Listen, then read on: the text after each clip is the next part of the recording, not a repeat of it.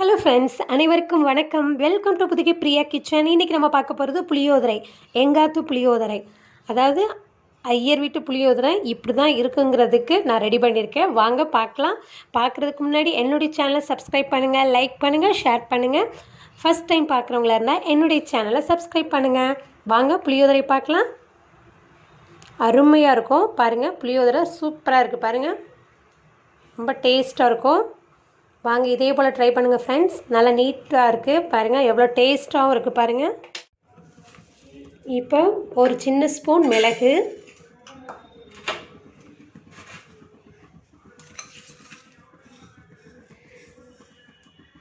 ஒரு சின்ன ஸ்பூன் வெந்தயம், கடலைப்பருப்பு ஒரு டேபிள் ஸ்பூன், மல்லி ஒரு டேபிள் ஸ்பூன், மிளகாய் வத்தல் பாருங்கள் ஒரு 5 எடுத்திருக்கேன். இதை நல்லா ட்ரை ரோஸ்ட் பண்ணிவிட்டு இதை ஆறுனதுக்கப்புறம் பொடி பண்ணிட்டு வந்துடலாம். தண்ணி விடாமல் பவுடர் ஆக்கணும். இப்போ நல்லெண்ணெய் ஊற்றிக்கோங்க.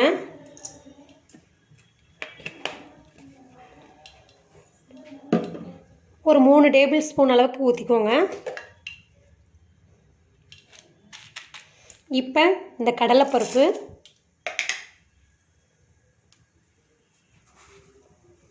வெந்தயம்,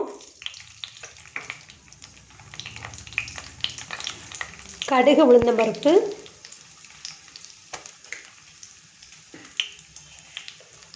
உளுத்தம்பருப்பு,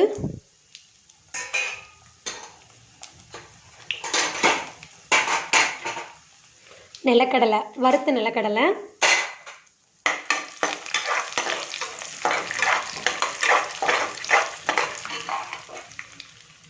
ஒரு 6 வரமிளகாய், காய்ந்த மிளகாய்,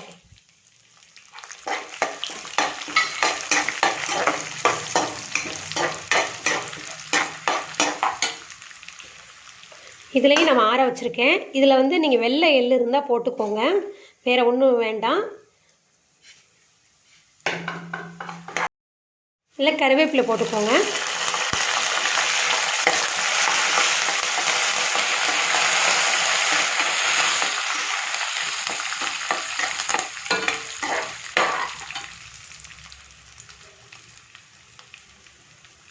புளி வந்து ஒரு எலுமிச்சை அளவுக்கு நான் வந்து கரைச்சி வச்சுருக்கேன். இப்போ நல்லா செவக்க வறுத்தாச்சு. இப்போ புளி கரைச்சலை ஊற்றிடலாம்.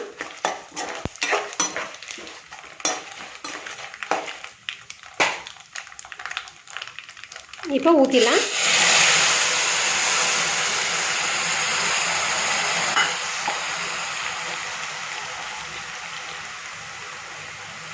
இதில் மஞ்சத்தூள் 1/4 டீஸ்பூன்,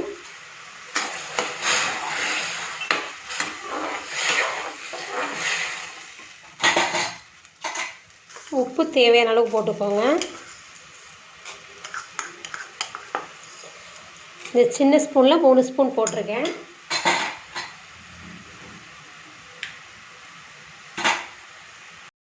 இப்போ பெருங்காயத்தூள் போட்டுக்கோங்க. கட்டி பெருங்காயம் போட்டால் நல்லாயிருக்கும்.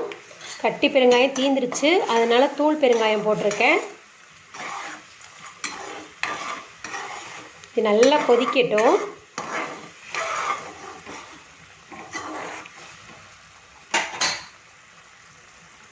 இப்போ அந்த பவுடர் ஆக்கிட்டு வந்துடலாம். இப்போ நம்ம வந்து பொடி அரைச்சிட்டு வந்துட்டோம். இதை இப்போ 2 ஸ்பூன் போடுறேன்.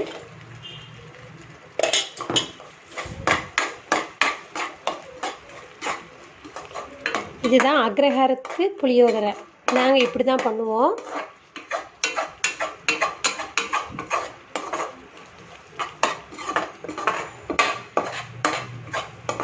நல்லா சுண்ட பாருங்க வத்திடுச்சு. இது ஒரு 5 நிமிஷம் வச்சிருந்து அதுக்கப்புறம் நம்ம சாதத்தை நான் ஆற வச்சுருக்கேன். உப்பெல்லாம் கரெக்டாக இருக்கான்னு செக் பண்ணிக்கோங்க. நல்லா பெருங்காய மணமும் நல்லா இருக்குது. இதில் மல்லி இதெல்லாம் நம்ம வறுத்துருக்கோம். சூப்பராக இருக்கும். உங்களுக்கு இப்படி செஞ்சு பாருங்கள், ரொம்ப சூப்பராக இருக்கும். ஐயங்கார் புளியோதரை ரொம்ப அருமையாக இருக்கும்.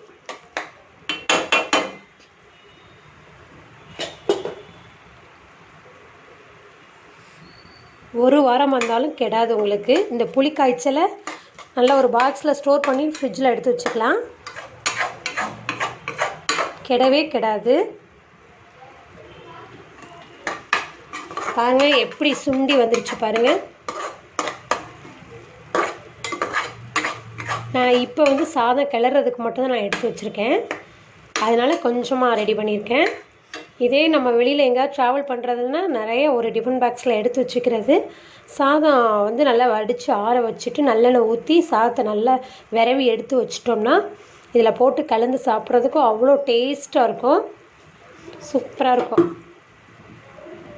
இதில் வந்து வறுத்து நாங்கள் வெள்ளை எள்ளு சேர்த்துக்கிறது. நான் இன்றைக்கி எள்ளு இல்லைங்கிறதுனால நான் எள்ளு சேர்க்கலை.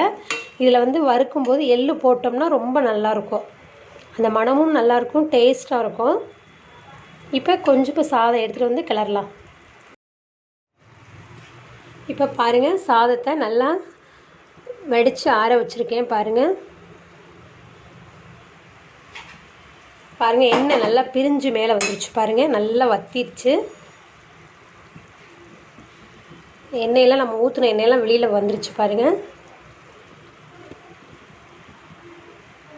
இப்போ நம்ம சாதம் போட்டு கிளறலாம்.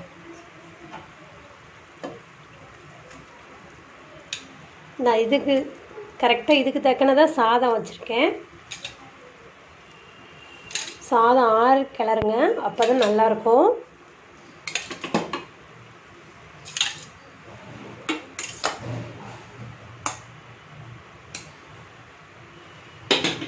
இப்போ அடுப்பை ஆஃப் பண்ணிடலாம்.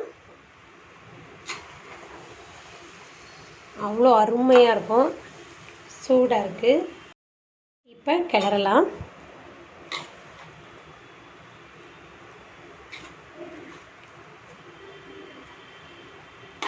ரொம்ப சூப்பராக இருக்குங்க சாதம்.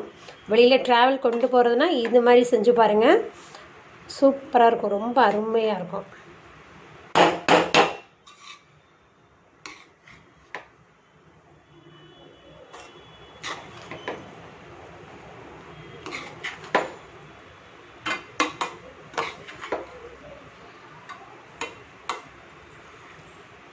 பாருங்கள் கலர் நேச்சுரலாக இருக்குது பாருங்கள். நல்லெண்ணெய் மணமும் அந்த பெருங்காயத்தோட வாசனை, அந்த மல்லிப்பொடி மிளகாயெல்லாம் நம்ம வறுத்தோம் பாருங்கள், அதெல்லாம் ரொம்ப நல்ல சூப்பராக வந்திருக்கு. இன்னும் கொஞ்சம் சாதம் போட்டுக்கலாம். கொஞ்சம் கொஞ்சமாக கிளறுங்க.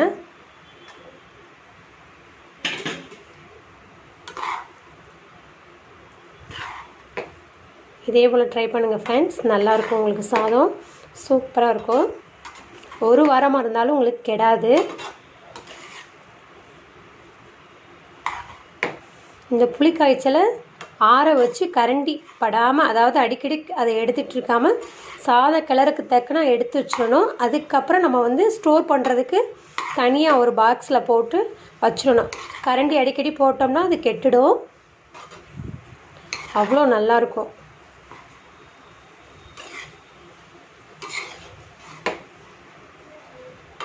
இதான் எங்கள் அத்து புளியோதரை.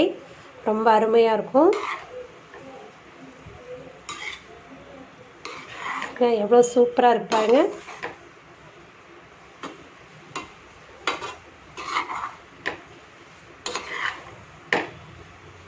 பாருங்கள் ஃப்ரெண்ட்ஸ், புளியோதரை ரெடி ஆகிடுச்சு.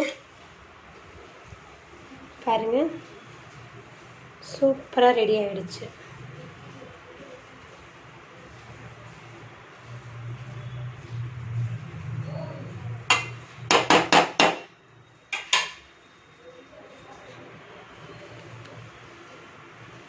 பாருங்கள் ரெடியாக இருக்குது சாதம்.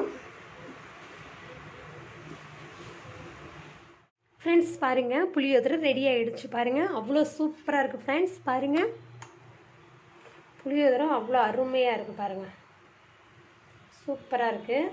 நீங்களே ட்ரை பண்ணுங்கள். என்னுடைய வீடியோ உங்களுக்கு பிடிச்சிருந்துச்சுன்னா இதே போல் நீங்களே ட்ரை பண்ணி பாருங்கள். என்னுடைய சேனலை சப்ஸ்கிரைப் பண்ணுங்கள், லைக் பண்ணுங்கள், ஷேர் பண்ணுங்கள். ஃபஸ்ட் டைம் பார்க்குறவங்களா இருந்தால் என்னுடைய சேனலை சப்ஸ்கிரைப் பண்ணுங்கள்.